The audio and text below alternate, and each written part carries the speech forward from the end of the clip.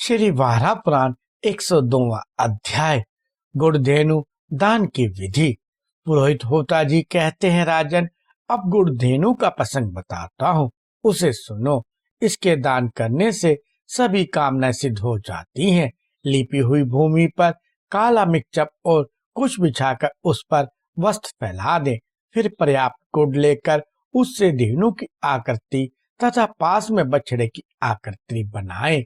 फिर कांसे की दोहिनी रखकर उसके मुख सोने का और उसका सींग सोने अथवा अगरू की लकड़ी से एवं मणि तथा मोतियों से दांत बनाए। गर्दन की जगह रत्न स्थापित करना चाहिए।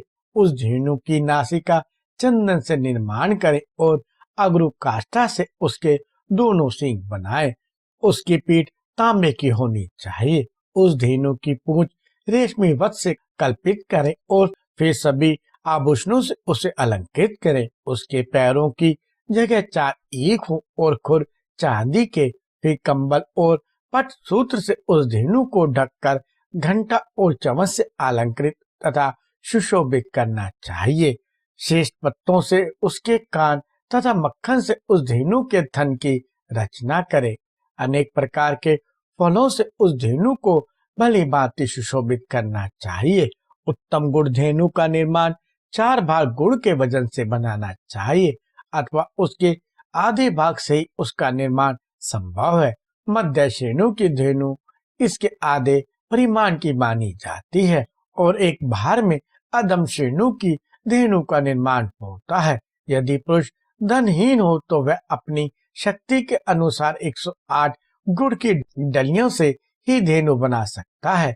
घर में संपत्ति हो तो उसके अनुसार इससे अधिक मात्रा में भी बनाने का विधान है। ये चंदन और फूल आदि से उसकी पूजा कर उसे ब्राह्मण को दान कर दे।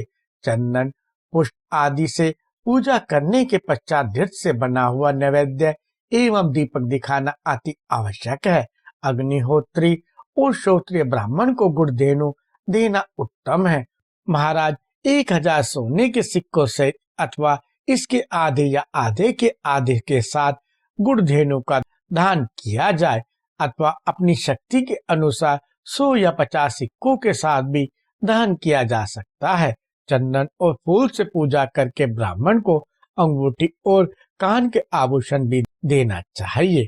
साथ में छाता और जूता दान देना चाहिए। दान के समय इस प्रकार प्रार्थना करे, गुड़ धेनु तुम में अपार शक्ति है। सुबह तुम्हारी कृपा से संपत्ति सुलभ हो जाती है। देवी, मैं जो दान कर रहा हूँ इससे प्रसन्न होकर तुम मुझे भक्ष्य और भोज्य पदार्थ देने की कृपा करो और लक्ष्मी आदि सभी पदार्थ मुझे सुलभ हो जाएं। ऐसी प्रार्थना करने के उपरांत पहले कहे हुए मंत्रों का स्मरण करें। दाता को पूर्वमुख बैठकर ब्राह्मण को गुड़ धेनु का दान करना चाहिए। पुनः प्रार्थना करें, गुड़ धेनु मेरे द्वारा मन, वाणी और कर्म द्वारा अर्जित पाप तुम्हारी कृपा से नष्ट हो जाए। जिस समय गुड़ धेनु का दान होता है उस अवसर पर जो इस दृश्य को देखते हैं उन्हें वह उत्तम स्थान प्राप्त होता है जहाँ दूध और घृत एवं दही बहाने वाली नदियां हैं। जिस दिव्य लोक में ऋषि मुनि और सिद्धों का समुदाय शोभा पाता है वह इस धेनु के दाता पुरुष पहुंच जाते हैं। गुड़ धेनु संबंधी दान के प्रभाव से 10 पूर्व के 10 पीछे वाले पुरुष तथा एक वह इस प्रकार 21 पुरुष विष्णु लोक को यथाशीघ्र पहुंच जाते हैं।